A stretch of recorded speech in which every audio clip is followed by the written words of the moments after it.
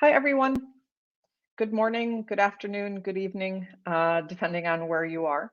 Thank you for joining today.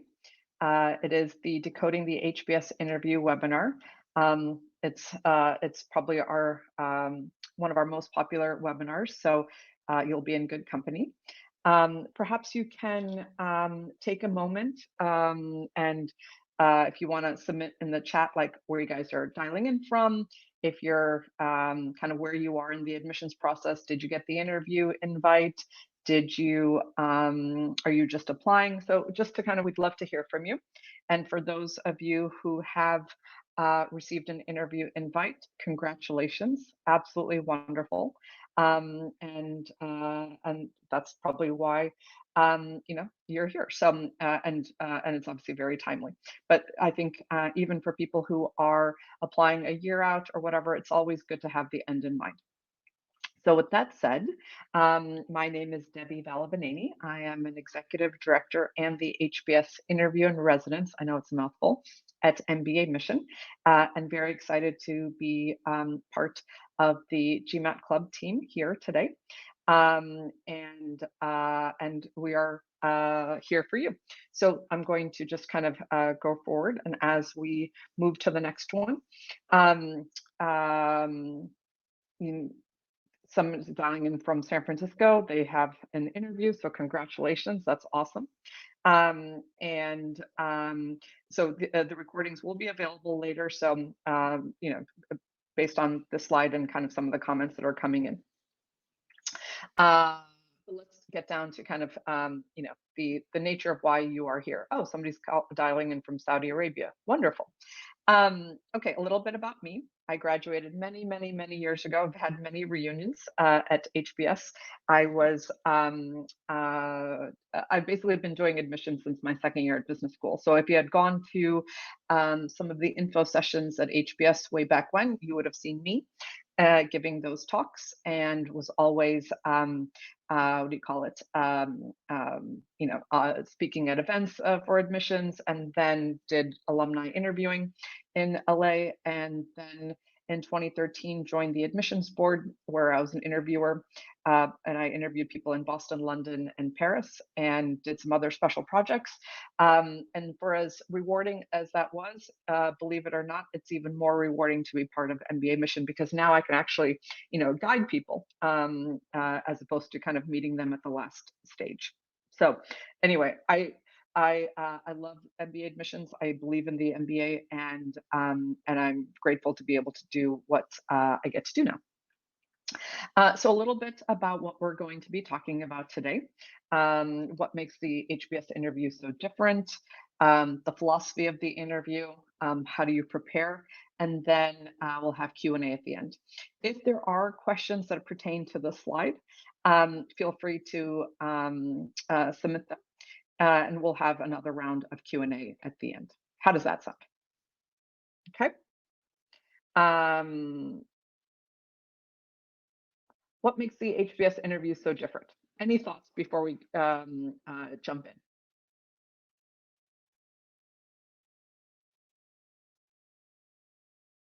Anyone want to take a guess?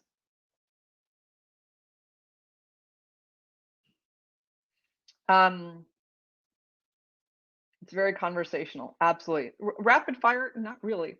It's rapid fire only if you don't practice. And that's what we'll talk about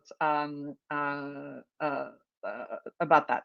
So 30 minutes, there's a lot to cover, correct? It might feel like rapid fire. And trust me when I say, when I hear back from clients or just people who've had the interview, your experience of the interview is directly related to how you practice. And so this is why we're doing webinars like this. So it could be 30 minutes. So anybody from the admissions team, two options: on campus or off campus. And off campus, it could be in one of the satellite cities or virtual. And the bottom line is, it doesn't matter where you interview in terms of it doesn't have it's where you interview, it doesn't factor in. A lot of people choose to interview on campus because there's so many other programming around it, and it's another way for you to um, experience the school, right? So it's like if you can do it, if not, then don't stress. But I would say the biggest difference is they know everything about you. It is not a blind interview like other schools, where and other schools are kind of behavioral in nature. This is really about you. The questions are tailored to you. The what they want to learn is tailored to you. They read everything that you submit, and so your application is kind of the jumping off point. And so, yes, it might feel like, I think it's more like a deep dive as opposed to rapid fire. And what you write on the application is you should be expected. That's the bare minimum in terms of to be able to talk about. The other point of differentiation is the post-interview reflection. It might feel like a chore, and understandably so. It's like, oh, I did this whole interview, and then there's still one thing. But it's really designed to give you the last word. And they changed the prompt a couple of years ago. It was what was the highlight and why. And they really want to know what was and so it's that sincere. So you should talk about the highlight. And it's nothing you can work on before the interview because it hasn't happened yet. Speaking of kind of what's changed in the last couple of years, there was a question that came in about that there was a VP of admissions that's changed in the last 4 years, and has that changed in terms of what HBS is looking for? No. HBS is HBS is HBS. The classroom experience is the same. The case study method is the same. The professors are the same. The kind of the general management curriculum are the same. So don't get bogged down in terms of the director. It's just a change in kind of leadership, but that doesn't mean it's a change in what they're looking for. If HBS changed every time there was a change in leadership, it wouldn't have the same gravitas that it does in terms of that general management, case discussion, section experience. If those things change, then admissions change, but not if a person changes.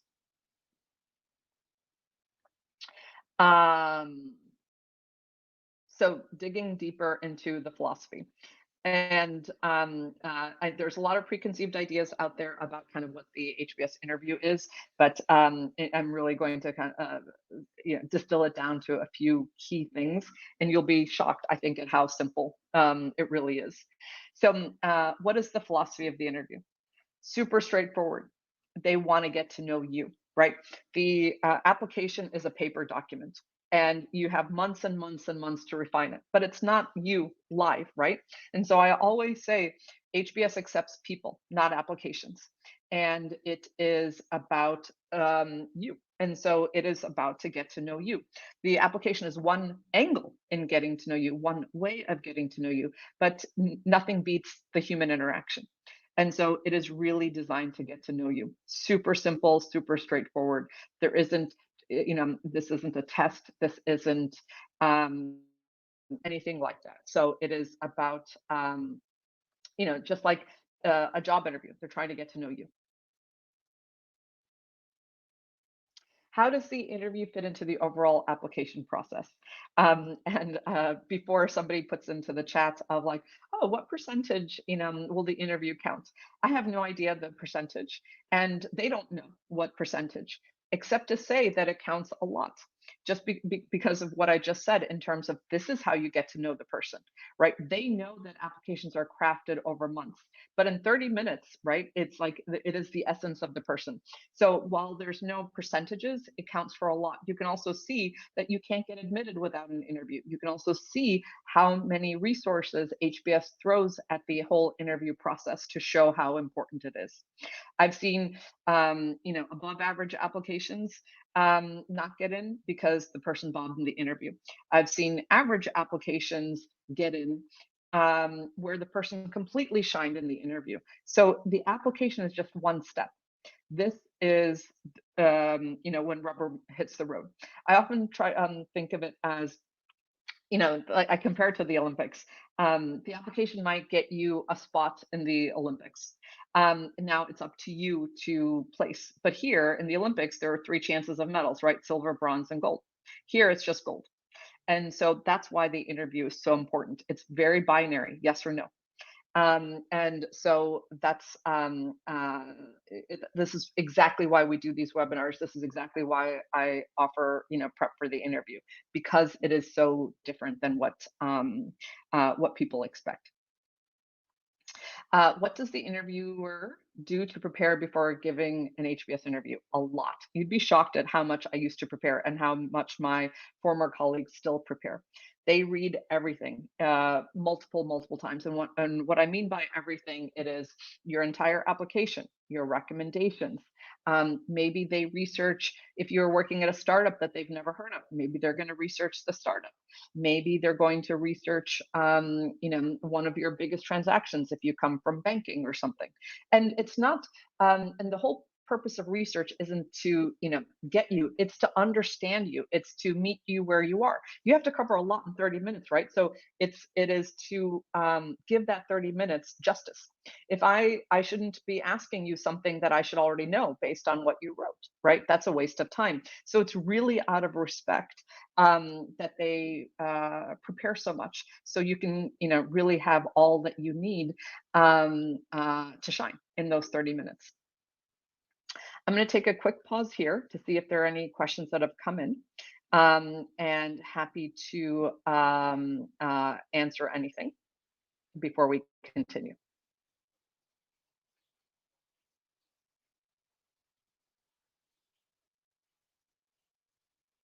Okay, good. I hope this means that everybody's tracking. So what makes for a good HBS interview? Of course, everyone's going to say, "Oh, if I got it," and I completely understand that sentiment. But a good HBS interview, for the interviewer at least, is where I feel like I've gotten to know you, that there aren't any barriers, that we can have a real conversation, a real discussion, and that you really come to life. Because that's the whole point. Is it's a very human interaction. And kind of more at ease, the more kind of just comfortable you are in your stories and in your kind of goals and all of that. That's what makes you kind of open to that level of conversation and dialogue. What makes for a bad HBS interview? Exactly the opposite, where there is a barrier. And what I mean by barrier is some people have, it's take on a persona that they're not. You'd be surprised. They have kind of different expectations, or they think it's a certain thing, so therefore they become different. Um, uh, uh, for example, so many people, when I prep them, they always think, oh, you have to answer everything for three things. Like, oh, tell me about that. Oh, there are three reasons I took that job, or three things, and it becomes so formulaic. I did a prep session yesterday, a mock session with somebody who was answering questions I didn't even ask, because that's what she prepared, and she wanted to make sure she got those questions in, and it became so artificial and forced, and it felt like she hijacked the conversation. And so that's what I mean by not being kind of in the present and thinking it's something else than what it is.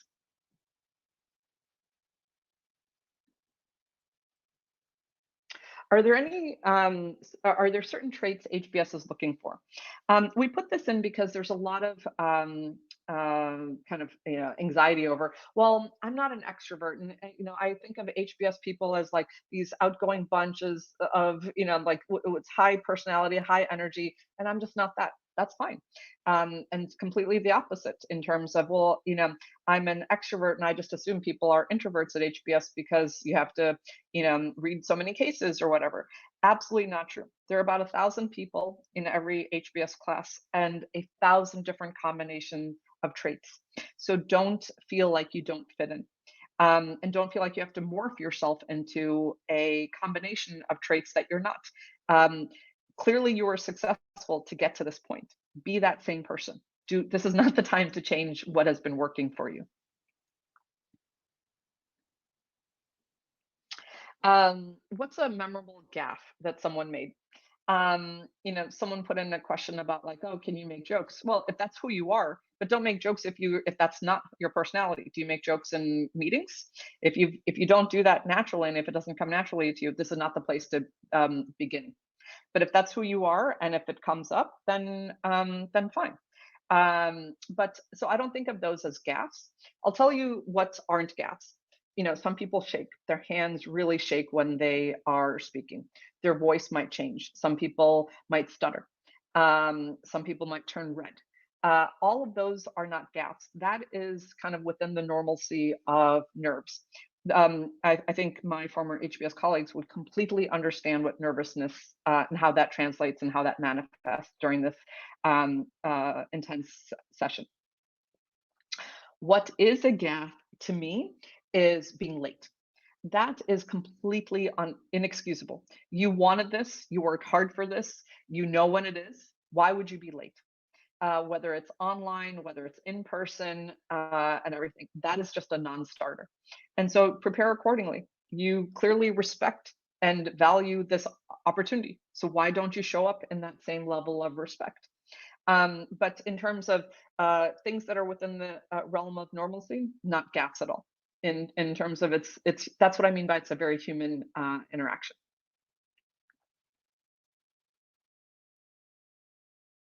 What does the HBS interviewer do after the interview? Well, you have your post-interview reflection, and the interviewer will just kind of submit their notes from the interview. So both of you have basically homework to submit.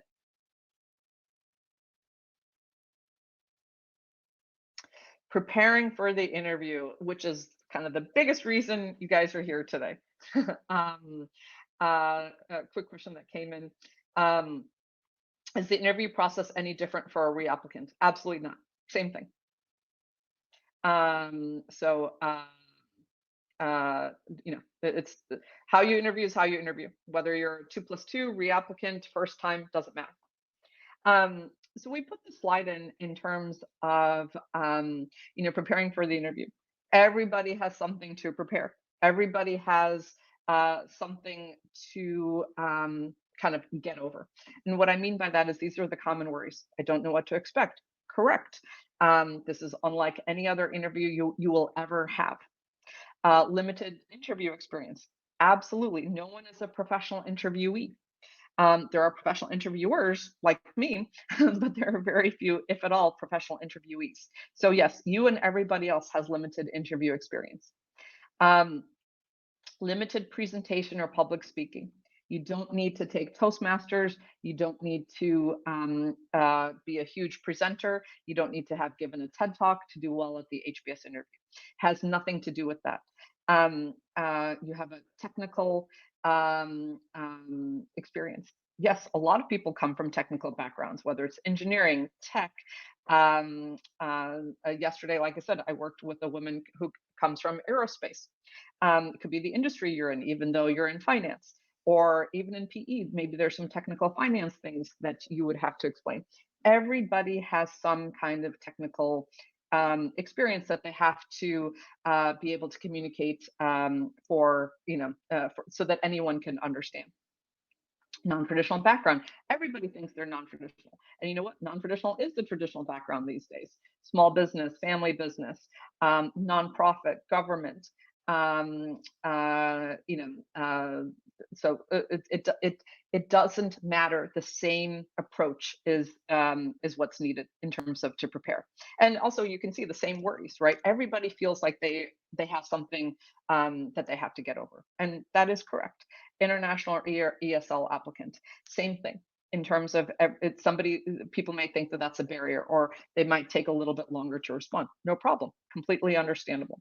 Overrepresented applicant pool wanting to stand out. Yes, these are the consultants and the bankers, and even some nowadays, even tech, who feel this way. So yes, as you can see, again, no one has to admit this, but there's probably at least two or three that everybody feels that that they can relate to. And what I'm saying is completely normal. There are plenty of people who have these worries who get it. But it goes back to it's about practice. So I'm about to show you a 2x2. I am an MBA, can't take the MBA out of me. And this is what, kind of my framework for how you know when enough's enough in terms of preparing, and also what you want to shoot for.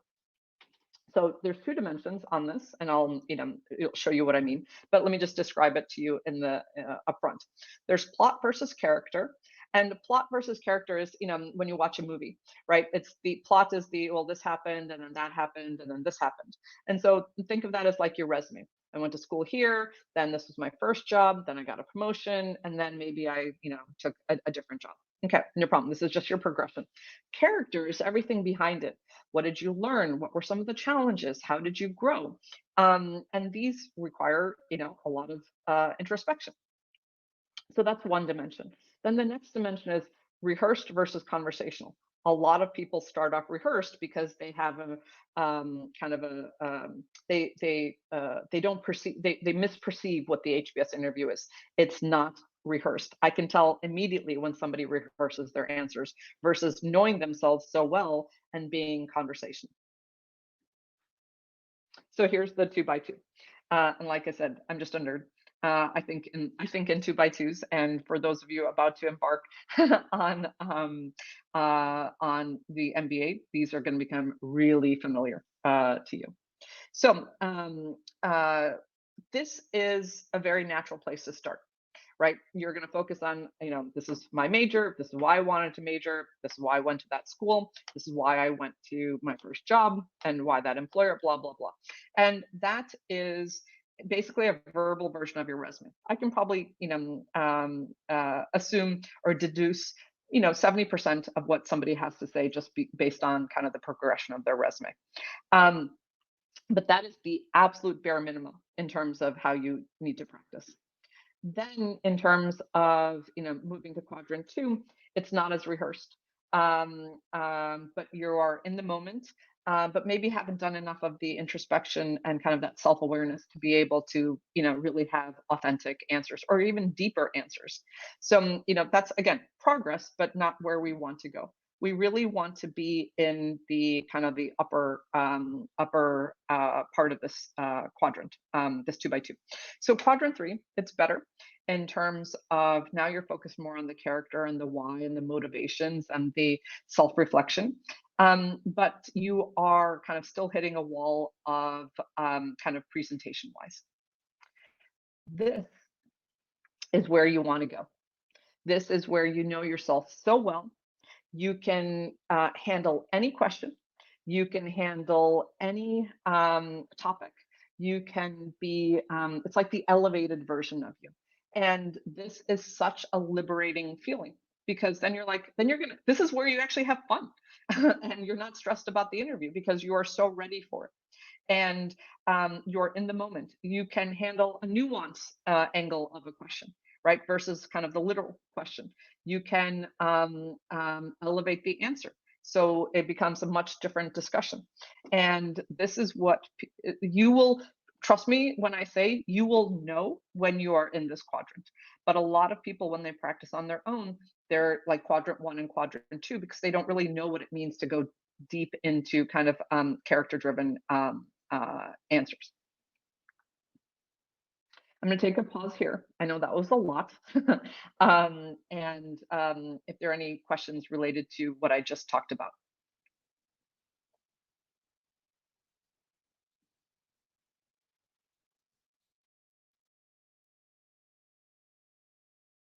Okay. Well, we'll have opportunity at the end in terms of in the Q&A section to be able to here are a couple. How do we go deeper on questions around work projects? It's very factual. Correct. What was the strategy behind that? Right? Why did you do that? What were the business objectives? It's not just, oh, I did this spreadsheet and then it showed me this and that, right? How do you frame it? What were some of the challenges? How did you overcome them? How did you, so all of those are related to work projects, right? And you have to know all of that as opposed to just the bullet on your resume. What does it mean when you say character driven? Exactly what I just said, not the literal. so right, and so let's say you worked on you're in banking and you worked on a transaction, and two companies bought each other. Well, if I say, tell me about this transaction, it's more of like you can say, oh, company A bought company B because they wanted to increase market share. Okay, so that's one way of saying it. Or you can say, you know what, company A was facing these headwinds. They had a lot of challenges. They're reduced. Their market share was declining, and they didn't have enough of a product portfolio, and they found this other company whose products fit into their gap, and so we worked on it, and here, there were some challenges in the valuation, and I worked on blah blah blah, and I found this one piece of analysis that really showed the synergy. What do you think is a better answer? That's character driven, when you actually know everything behind it. What strategies to prepare for yourself to get to quadrant 4? It all depends on your background and your starting point. So that there's no checklist to get to quadrant 4 except to practice. If the honest answer might reveal our weakness, how should we best answer it? Well, everybody has weaknesses. You can't hide from that. I can tell somebody's weaknesses pretty much when I look at their application. So you can't. You have to say, yeah, I didn't do that well. Do X, Y, Z that well, but I learned from that and I put it into practice. For the next one. Again, I'm being very general here. It really depends on your particular situation and story. So when the first question is, so where do you want to start? Is it better to start with your undergrad, current job, future goals? I have no idea. And the reason is you have to figure out where it is you want to start. It could be any of those. I can't, this is the downside of answering particular questions based on your profile or having rules. All I'm going to say is if somebody says, where do you want to start today? Pick a hit. And that's going to depend. You're going to have to use your judgment of what that means in your particular case. For M&A, do I need to go through year and transaction structure or not? It depends on the transactions, right? You need to know your transactions and the business reason behind them, for sure. Okay, so why don't we use the next set of questions in the Q&A? I want to move on here. These are great questions, so please keep them coming. Getting to know, preparing for the interview. What do you need to do? Number one, know your materials so well. The what's, the who's, the where's, the when's, right? You should be able to talk about these transactions in so many, or your projects, I should say, not just transactions. I was just looking at the last question there. You should know your projects so well that that you are able to talk about them in so many different ways, and that takes time. And so yes, you have to start. You may have to record yourself. You may have to listen to yourself. You may have to practice with people who don't work with you. But it's a lot of self-reflection on the whys and hows. Why did you do this? How did you do it? What did you learn? What were some of the challenges? Or even as one of the questions came in, what were some of your weaknesses? Did you have blind spots, right? And how did you recognize it or overcome it? Remember context.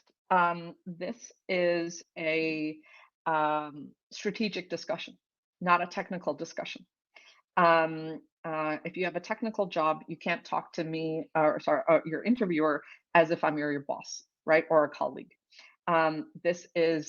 You have to be able to speak business and the strategic side of what you do. Because that's why you have to cover a lot in 30 minutes. If you are so in the weeds of what you do, you've lost them. If you start up strategically and then move into kind of the things that you did, then that's a better shot. It's really hard to go from technical to strategic. It's a lot easier to go from strategic to technical.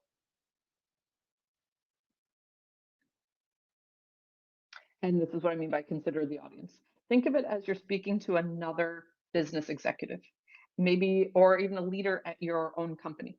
And it's a coffee chat in terms of tone. It's still professional, but it's higher level versus the minutia of maybe how you talk to your boss.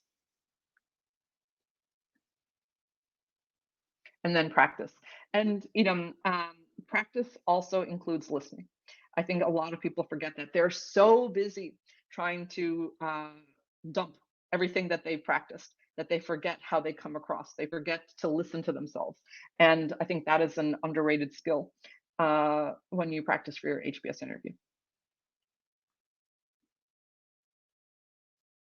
Okay, a little bit about mbaMission. Number one firm by poets and quants. We have tons and tons of reviews, but most importantly, it's such a collaborative team, and there's nowhere I would want to work after kind of working at HBS. And we have so many different ways for you to, so many different resources for you to become a great applicant, whether it's for the application and for the interview process. So check us out in terms of what could be applicable to your needs. And I offer an HBS interview simulation. And what this means is I do. You're going to interview with me as if it's the real thing. Before the real thing, because I only know one way to interview, which is the HBS way. And so it's a way for you to kind of try it out and really try to get to quadrant 4, and all of that. So we do a 30-minute mock, just like the real thing, and then afterwards of homework. And and the homework looks different for everybody else, for each person, I should say, and it's tailored to you and kind of your blind spots. A question that came in: should we limit our answers to 30 to 40 to 50 seconds or longer? Okay, I'm going to answer this in a different way. Do you time yourself in meetings? Do you time yourself, when somebody asks you something? Um, so I would not time yourself. If you do it that way, you're going to feel like it's a rapid fire. Some questions are longer, some questions are shorter. This is where you have to not be mechanical and be strategic. If you do this 40 to 50 seconds, you are going to feel like somebody's, attacking you, because they won't understand what you're saying. If this is how you are in meetings, then that's how you should be, but it's probably not how you are in real life, I assume. How do I ensure I'm conveying a lot in a concise manner during interview? You got to practice. You got to know what you want to say, so you're ready for it, right? There is a lot to talk about, but you can't tell me everything. You have to tell me the most important things. It is your judgment to know what's most important. This is all about judgment. There is nothing mechanical in the HBS interview process. So that's the kind of the majority of, I should say, not majority, all of our presentation today. So now let's do all Q&A. What are the best methods to practice interviewing? Well, there are a lot of it's really, from your application outward. I'll tell you what aren't good methods. I had a client a few years ago where he came up with like 200 different questions and put them in an Excel spreadsheet, and then did this huge analysis. And then the moment we practiced, he couldn't articulate anything. It was such a artificial way to practice. False sense of security. This is not an Excel exercise, is it? You're not submitting that Excel spreadsheet, are you? This is a verbal exercise. The way you practice should match the way the way the real thing is. So, you have to figure out what that is. It could be listening to yourself. It could be taping yourself. It could be, talking points. You have to figure out what that process means to you.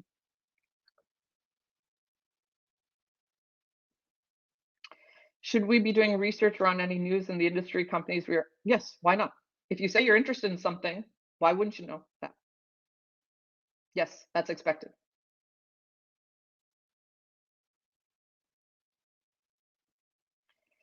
Um, I believe, yes, I did answer this, but I'll answer it again. I heard that the director VP of admissions has changed in the past few years. It hasn't impacted admissions. It's just one person, right? Until the actual HBS experience changes, admissions isn't going to change. They're still accepting the same type of people. That's just noise.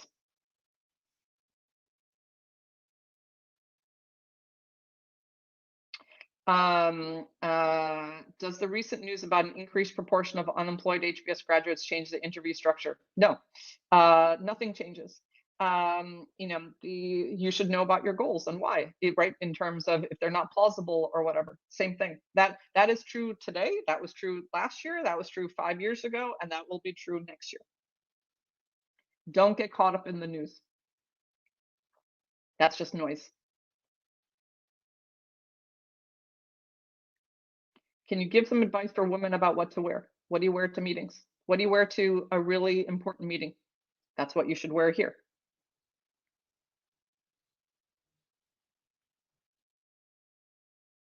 I always say dress for what you think this represents.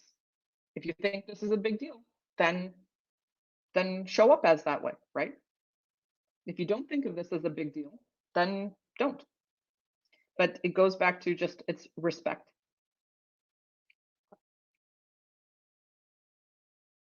If I'm planning to answer a question through an anecdote, how much should be the details level versus how much should be the why behind it? I'm not sure. If you're this is such a I don't know what it means to answer through an anecdote. You can give stories, absolutely. But it goes back to like the basic format of a story would be the STAR method, right? So I think I would stick to the STAR method.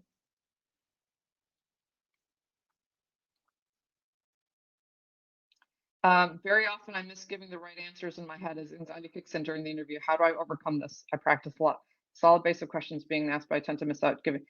I don't know how to guide you about anxiety except for practicing, and maybe you need to practice with somebody, and maybe they're just focus on the substance versus the outcome.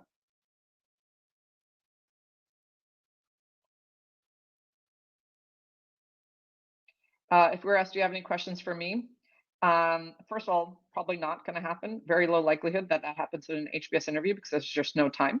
But you should know what you want to ask them, right? What is it that you are really interested in knowing? There is no formula for that. I would stay away from generic questions.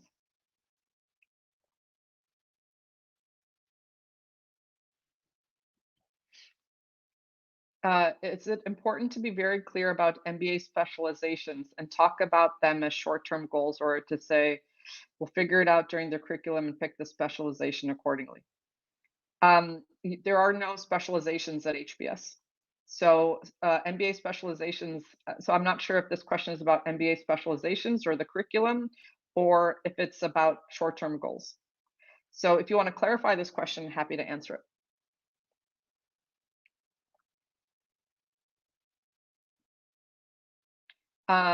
Would it be better to go to a face-to-face interview if we live far away and could have the possibility to fly to Boston? Or is there no difference between face-to-face and online? There's no difference in terms of your ability to get in. Obviously, in terms of face-to-face, there's just so much more programming. But also you have to factor in cost and budget and time and everything. So you have to do what's right for you, right? So that's why they give you so many different options.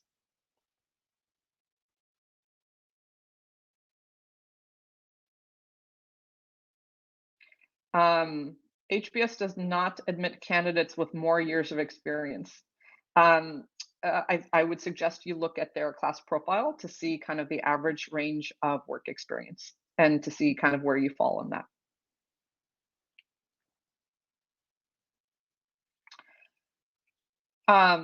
Regarding resume, you mentioned that resume should show what you learned and about you and not only what you did or achieved. No, no, no. I said you should know that from your resume. And I can probably tell that from your resume because I've seen thousands of resumes. But your resume shouldn't be so packed that it puts in everything that you learned from that too. So does the interviewer try to gauge that, or should it be present on the resume? No, I'm not saying you need to change your resume. I'm just saying you need to know what you learned from each of the resume bullets.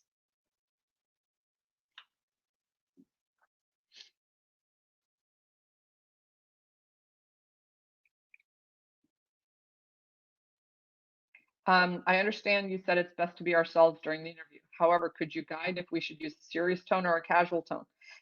Example, Stanford interviews are known to be pretty serious ones. NYU interviews are known to be casual. I don't I don't know what a serious tone is for you or a casual tone is for you. You should exactly be yourself. Do not think you need to be a certain way. If you get a Stanford interview, you have no choice but to be yourself. If you get an HBS interview, you should be exactly who you are.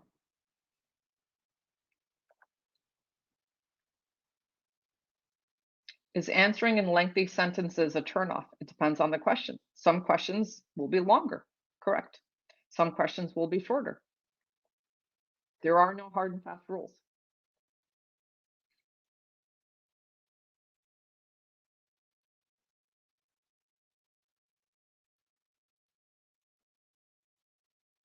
If asked about short-term goals, is it important to name target companies or the target industry function suffice? Well, why wouldn't you know where you'd like to work? To me, that's a minimum.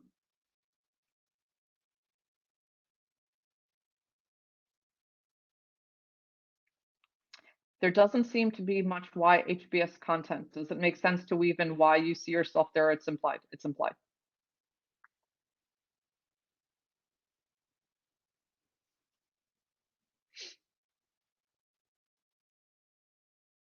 Who should apply at HBS?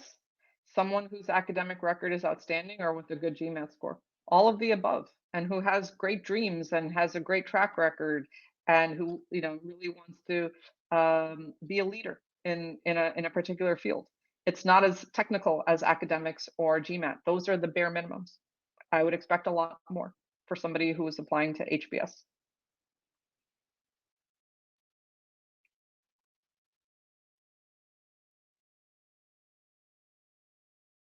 I don't know. Is why MBA and why HBS asked in an interview? Most likely not.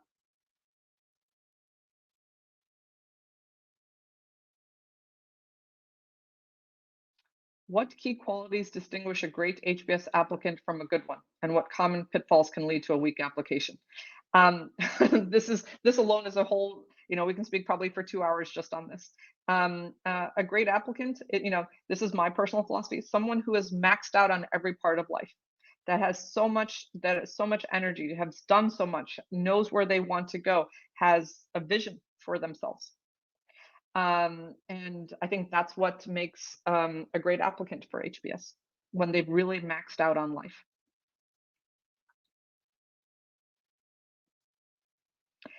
If there's one advice you can give to an international student, what would it be?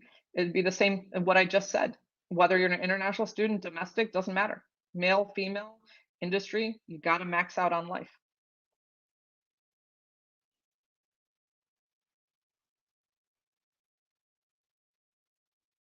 What if we're asked if apply to other schools apart from HBS? I've never heard that question being asked at HBS interviews.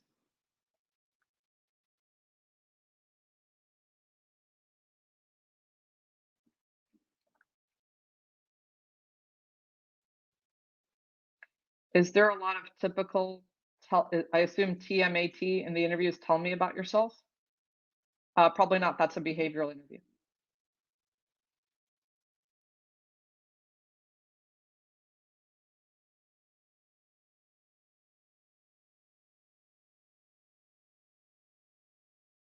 Should we prepare questions to ask back to the interviewer?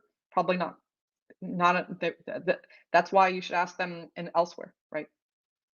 For this is for HBS. For other interviews, yes.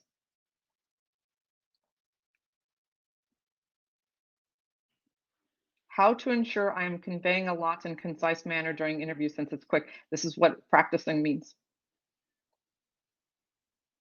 And using judgment to talk about what's most important. You can't talk about everything. You got to talk about what's most important.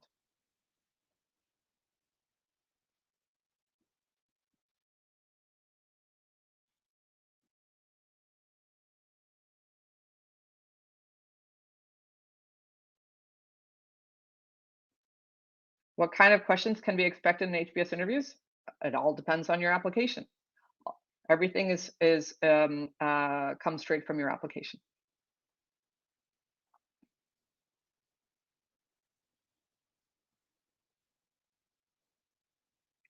What's the approximate conversion percentage from interview to admit at HBS?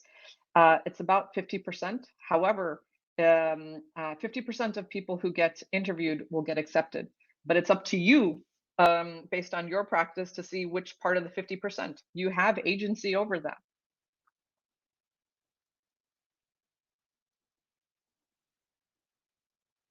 What is the best way to tackle the what is the weakest point in your application question? I've yet to hear that that was a question asked during HBS interviews.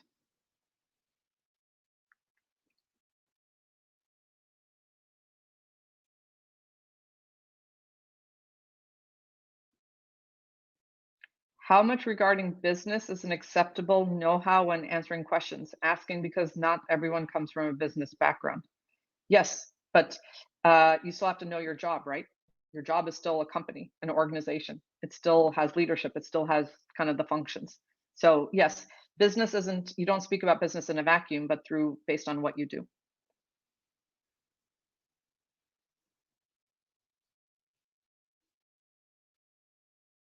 What makes a good follow-up essay? I don't understand this question.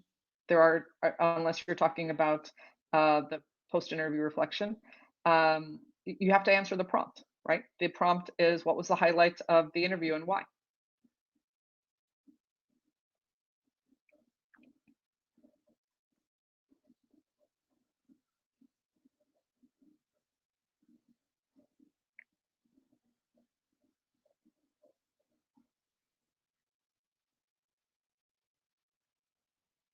Does having minimal work experience affect our application? This is so I would suggest you look at the class profile at the HBS website and see where you fall.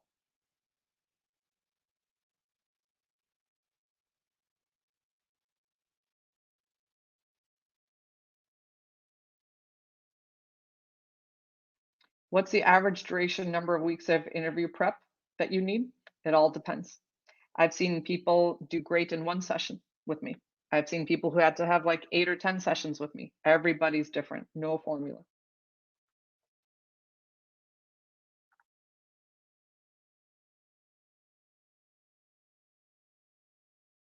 Is the quality of the answer more important or the delivery? Both.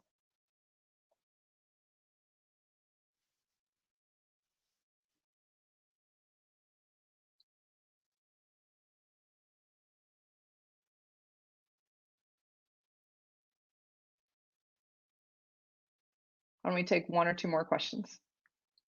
These are good. How do you deal with being interrupted or cut off mid-answer? You just move on. Can't take it personally.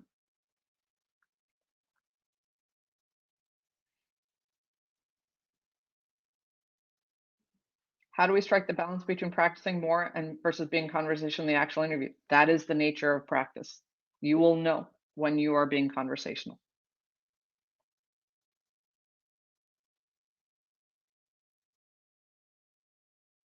Is it possible to know who's interviewing you and do some research on them?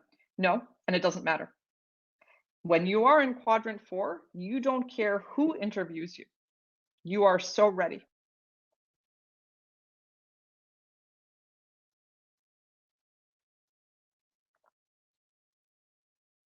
What resources may one use to prepare better for the interview? It all is based on your application.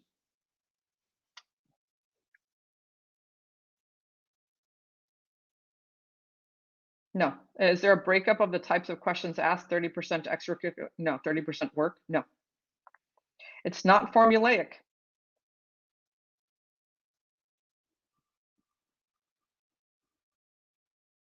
Would they ask you about previous applications if you're a reapplicant? Maybe.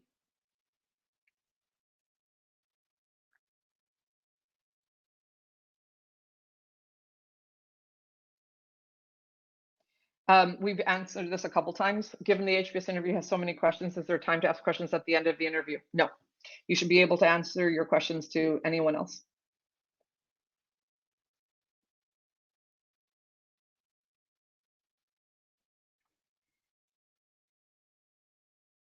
What kind of content is included in the notes that the interviewer submits after the interview? What aspects do interviewers focus on when writing their notes? I'm going to pass on this one.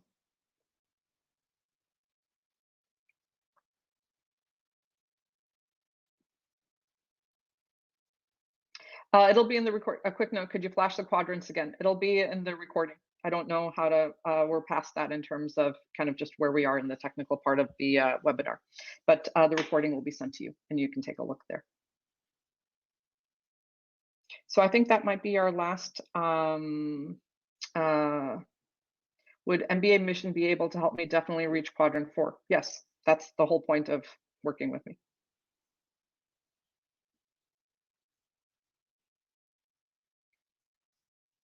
So why don't we wrap up?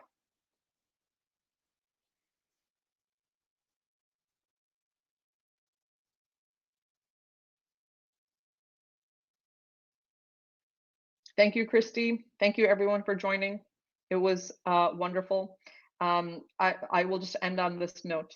There's a lot of false information online, and I hope I was able to dispel a little bit about that today and give you more agency in how you prepare versus being kind of beholden to what you think you need to do. So appreciate the opportunity. Thank you, Christy. Thank you, GMAT Club. And you know, hopefully you'll get the recording and then listen to it again. And then you'll see how, you know, what I mean by what I just said. Thank you so much.